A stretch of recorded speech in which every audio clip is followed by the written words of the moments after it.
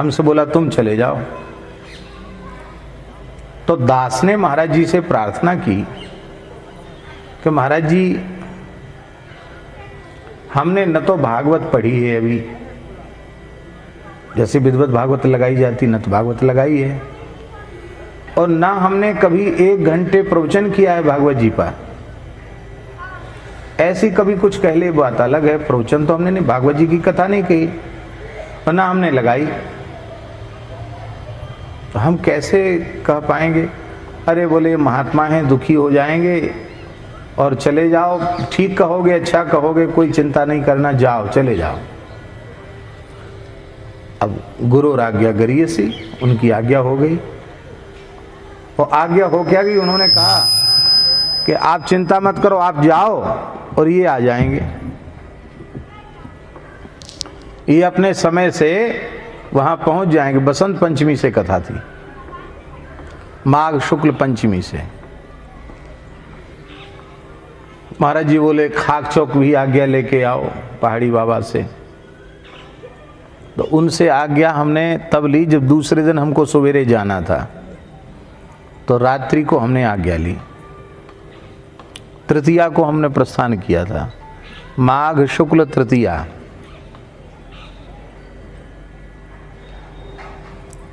तो द्वितीया को शाम को हमने महाराज जी से पूछा, पहाड़ी बाबा महाराज से, महाराज जी ऐसे ऐसे महाराज जी की आज्ञा हुई है, जयपुर एक कथा के लिए जाना है, आप आज्ञा दें। तो बड़े सिद्ध पुरुष, बड़े फक्कड़ महापुरुष थे।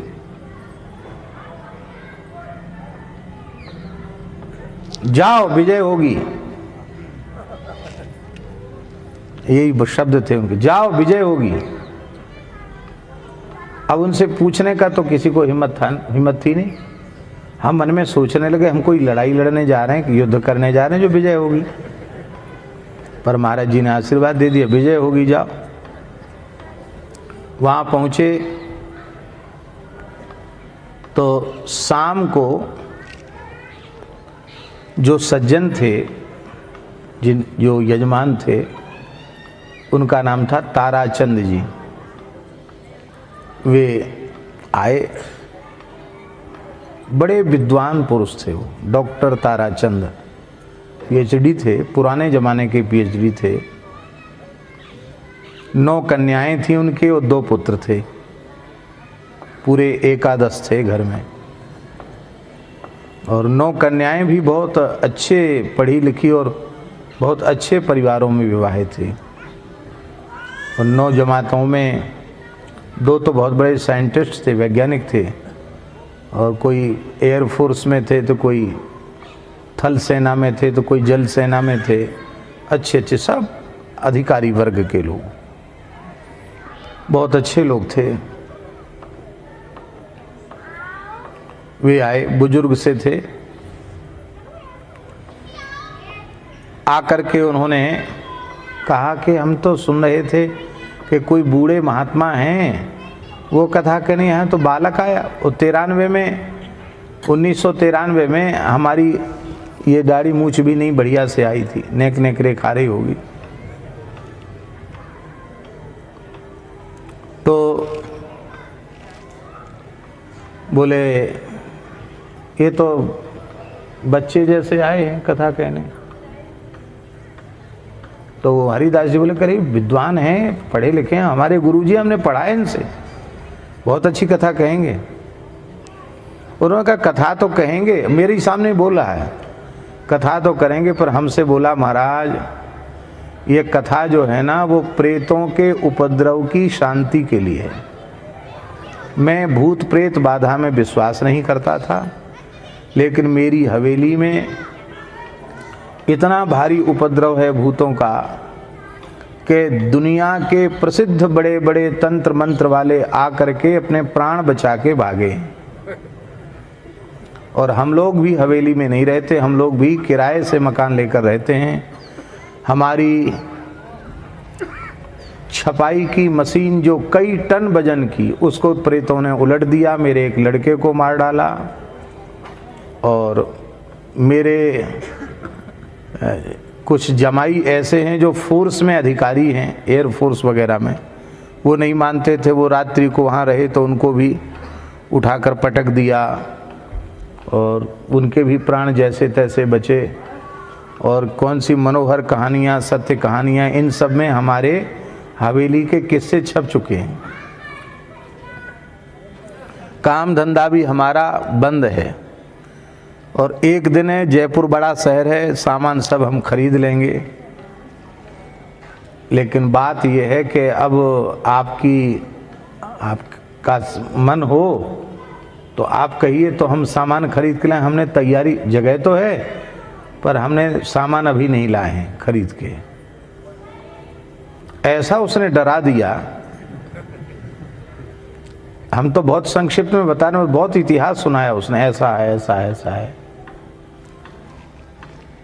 तो हमारे मन में आया कि प्रथमग्रासे मक्षिका पातम, जीवन की पहली कथा और उसमें भी ये उपद्रव। तो एक बार तो मन में आया कि वृंदावन लौट जाएं। इन्होंने भी तैयारी नहीं की है, आपने क्या ज़रूरत है, वृंदावन चले जाएं। फिर हमने मन में आया कि पूज्य गुरुदेव भगवान ने आज्ञा किया है और हम बिना आज्ञा पालन के जाएंगे तो उनकी आज्ञा की अवज्ञा हो जाएगी, तो गुरु आज्ञा की अवज्ञा नहीं होनी चाहिए। फिर खाकचौक वाले महाराज जी ने कहा कि जाओ विजय हो। इसका मतलब है कि वे तो त्रिकालदर्शी महापुरुष, योगीराज महापुरुष, उन्होंने समझ लिया होगा, इसलिए आशीर्वाद दे दिया कि विजय हो। तो दो दो समर्थ महापुरुषों की, गुरुजनों की हमारे ऊपर कृपा है, तो अब हमें भयभीत होने की आवश्यकता नहीं है, ऐसा मन में आया। थोड़ी देर तो हम मौन रहे और फिर मैंने कहा कि हाँ आप तैयारी करें, हम कथा कहेंगे। सारी तैयारी हो गई, ब्राह्मण देवता भी साथ में थे, सब सामान आ गया, मंडल आदि बनने लग गए। यजमान बोला हम लोग हवेली में नहीं रहेंगे, आप लोगों को ही रहना है वहाँ, और कथा के समय हम लोग आएंगे, केवल पूजन के कथा के समय फिर हम चले जाएंगे, वहाँ रात में कोई नहीं रहेगा, आप लोग रहेंगे। ऐसा यजमान। तो हमने साथ वाले ब्राह्मणों से प्रार्थना की कि देखो सकाम अनुष्ठान है और बाधा निवृत्ति के लिए अनुष्ठान है, इसलिए आप सब बहुत सावधान होकर अपने अपने जप आदि को बड़े विधि पूर्वक और सच्चाई पूर्वक आप लोग संपन्न करना और सदा पवित्र रहना, क्योंकि शरीर में किसी भी प्रकार की अशुद्धि आती है तभी अशुद्ध आत्माओं का उपद्रव शुरू होता है, उनका प्रवेश होता है। तो सदा पवित्र रहना। और वो लोग भी सब डर रहे थे। एक पंडित जी थे जो आज कर्मकांड कराने आए थे, वो तो कह रहे थे कि हम तो रात को ही जा रहे हैं। बोले हमें प्राण थोड़ी देने, हम तो घर जाके अपना शादी ब्याह नहीं हुआ था उसमें उनका, बोले हम तो घर जाके शादी ब्याह करेंगे, हमारा मरमरा गए तो बड़ा बुरा होगा। एक गृहस्थ ब्राह्मण थे, वो उधर जयपुर क्षेत्र के थे, वो तो रोने लग गए, बोले कहाँ से आके फंस गए यहाँ। देखो आप भागने से कोई काम नहीं चलेगा, अब करो तैयारी। तो माघ शुक्ल चतुर्थी की बात है, सायंकालीन संध्योपासन करके, सर्दी का समय था तो पैरों पर कंबल डाल करके हमारा जहाँ आसन था वहाँ हम टिक करके बैठ करके राम रक्षा स्तोत्र का पाठ कर रहे थे। संध्योपासन तो हो गया था और ये राघवेंद्र दास जी और ये तो छोटे ही थे, सब लोग नीचे जा करके जहाँ कार्यक्रम स्थल था चौक में, तो वहाँ ये लोग सर्वतोभद्र मंडल आदि का निर्माण कर रहे थे। और भीतर भी ट्यूबलाइट जल रही, पूरी पत्थर की हवेली थी, और बाहर चौक में भी ट्यूबलाइट जल रही। दूसरी मंजिल पे थे हम, क्यों तीसरी मंजिल पे हम थे। तो पहले तो बड़ी जोर की आवाज़ हुई, धम धम धम धम धम, जैसे कोई मकान बजा रहा हो। क्योंकि धम धम की आवाज़ कहाँ से आ रही है? आज सोच ही रहे थे तब तक कुछ अटपटी सी भयंकर सी आकृतियां ट्यूबलाइट के प्रकाश में, गिनती भी हम घबराहट में नहीं गिन पाए, लेकिन 10-15 तो होंगी अनुमान, पूरी जमात की जमात सामने दिखाई पड़ी। एक लड़का भी दिखाई पड़ा जो उनके ताराचंद जी के पुत्र से, जिसकी शकल सूरत मिल रही थी। तो मुझे स्मरण आया कि उन्होंने कहा मेरा लड़का भी इसी में, मतलब अधोगति को चला गया है और वो भी इसी में है। तो पाठ कर रहे थे, लेकिन हम पाठ भूल गए, डर के मारे, डर से पाठ भूल गए। क्या पाठ कर रहे थे वही भूल गए। और माघ के महीना में शरीर में पसीना आ गया। कथा तो हम कह रहे हैं, लेकिन डर हर आदमी को लगता है। तो उन आकृतियों ने भीतर प्रवेश की कोशिश की, लेकिन पता नहीं किस अज्ञात शक्ति ने उनको भीतर जाने से रोका। ऐसे लगता था ऐसे ही हुआ, फिर ऐसे हो जाते हैं, जैसे कोई धक्का देता है ना, ऐसे 2-3 बार ऐसा हुआ। इसके बाद उनमें से एक आवाज आई, हम आपका कुछ नहीं बिगाड़ सकते, हमको यहाँ से जाना ही पड़ेगा। जब ये आवाज़ आई तो मैंने पूछा कौन हो? तो उन्होंने कहा कि हम लोग अधोगति को प्राप्त आत्माएं हैं। और कहाँ रहते हो? तो उन्होंने कहा यहाँ इस हवेली में नीचे तह खाना है, उसमें हम रहते हैं।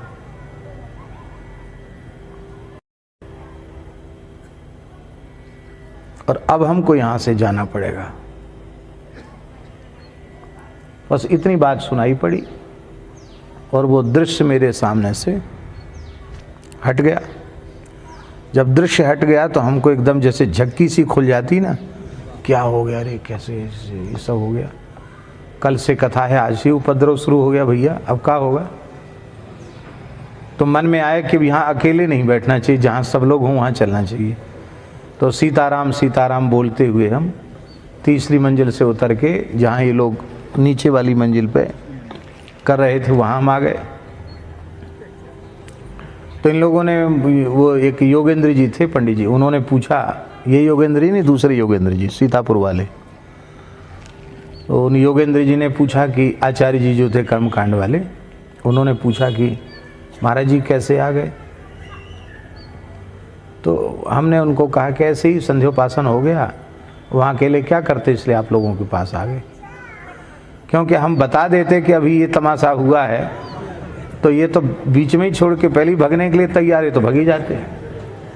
इसलिए हम उस बात को छिपा गए, बताया नहीं। सवेरे वह व्यक्ति आया, आयोजक। उस व्यक्ति ने कहा कि आप लोग रात्रि को ठीक से रहे? हाँ ठीक से रहे, कोई तकलीफ नहीं? कोई तकलीफ नहीं।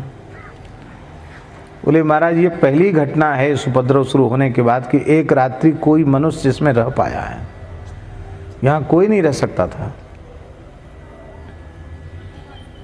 आपको कुछ भी नहीं यहाँ दिखाई पड़ा। तो हमने कहा कि एक बात बताओ, यहाँ तहखाना है कोई? तो बोला तहखाने का रहस्य केवल मैं जानता हूँ और मेरा लड़का जानता है, और कोई घर में नहीं जानता।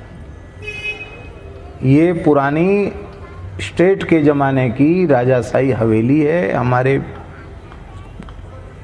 पिताजी ने खरीदी थी और हम लोग ठीक से इसमें रहे। पर हमको किसी ने बताया कि इसमें कुछ भीतर है। भीतर है का मतलब माल पानी।